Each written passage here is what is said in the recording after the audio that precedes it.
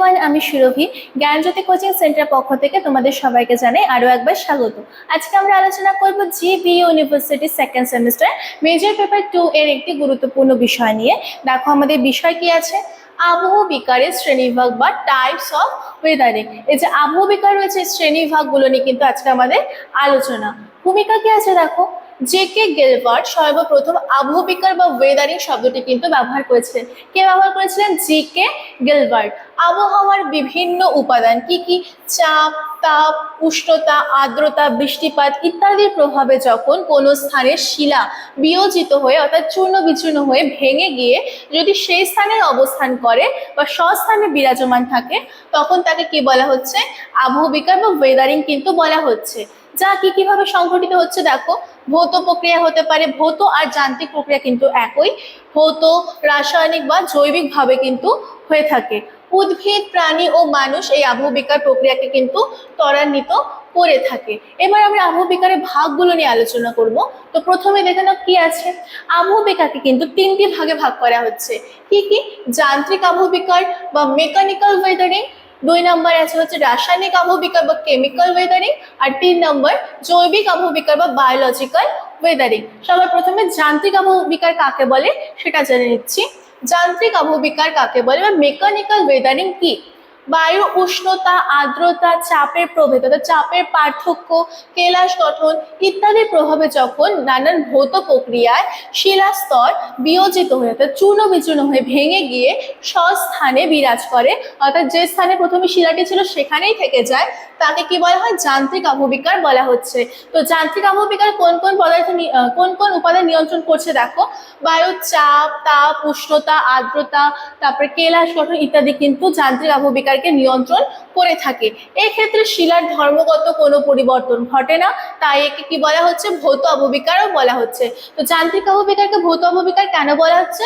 কারণ এই যে আবহাওয়া বিকারটি রয়েছে এক্ষেত্রে কিন্তু শিলার কোনো ধর্মের পরিবর্তন ঘটছে না। প্রধানত কোথায় দেখা যাচ্ছে দেখো, উষ্ণ অঞ্চল, মরু অঞ্চল এবং শীতল জলবায়ু অঞ্চলে কিন্তু যান্ত্রিক আবহাওয়া বিকারের প্রভাব সর্বাধিক, অর্থাৎ এই অঞ্চলগুলিতে কিন্তু যান্ত্রিক আবহাওয়া বিকার বেশি লক্ষ্য করা যায়। এটি বিভিন্নভাবে হতে পারে, অর্থাৎ যান্ত্রিক আবহাওয়া বিকার কিন্তু বিভিন্নভাবে সংঘটিত হতে পারে। যেমন চাপের উপর ভিত্তি করে এক এক রকমের যান্ত্রিক আবহাওয়া বিকার রয়েছে, আবার উষ্ণতার উপর ভিত্তি করে আলাদা আলাদা যান্ত্রিক আবহাওয়া বিকার রয়েছে। তারপরে দেখো বি নাম্বার কি আছে, রাসায়নিক আবহাওয়া বিকার বা কেমিক্যাল ওয়েদারিং।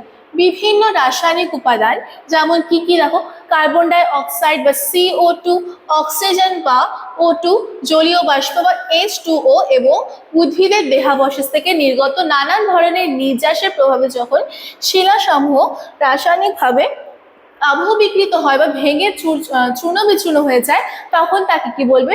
রাসায়নিক আবহাওয়া বিকার কিন্তু বলা হচ্ছে। এর ফলে শিলার মধ্যবর্তী যে খনিজগুলো রয়েছে সেই খনিজগুলো পরিবর্তিত হয়ে গৌণ খনিজে কিন্তু পরিণত হয় এবং শিলার ভৌত এবং রাসায়নিক ধর্মে পরিবর্তন সাধন করে। তো যান্ত্রিক আবহাওয়া বিকারে কিন্তু ভৌত ধর্মে কোনো রকম পরিবর্তন ঘটেনি, কিন্তু রাসায়নিক আবহাওয়া বিকারে কিন্তু শিলার ভৌত ধর্মে পরিবর্তন ঘটেছে। তারপরে কি আছে দেখো, এরপরে আলোচনা করবো জৈবিক আবহাওয়া বিকার কাকে বলে। জৈবিক আবহাওয়া বিকার কি? উদ্ভিদ, প্রাণী, মানুষ বিভিন্ন জীবের ক্রিয়ার ফলে যখন শিলাস্তর বা শিলা চূর্ণ বিচূর্ণ হয়ে ওই স্থানে অবস্থান করে তাকে কিন্তু জৈবিক আবহাওয়া বিকার বলা হচ্ছে। তো আশা করি আজকে আলোচনা তোমরা সবাই বুঝতে পেরেছো।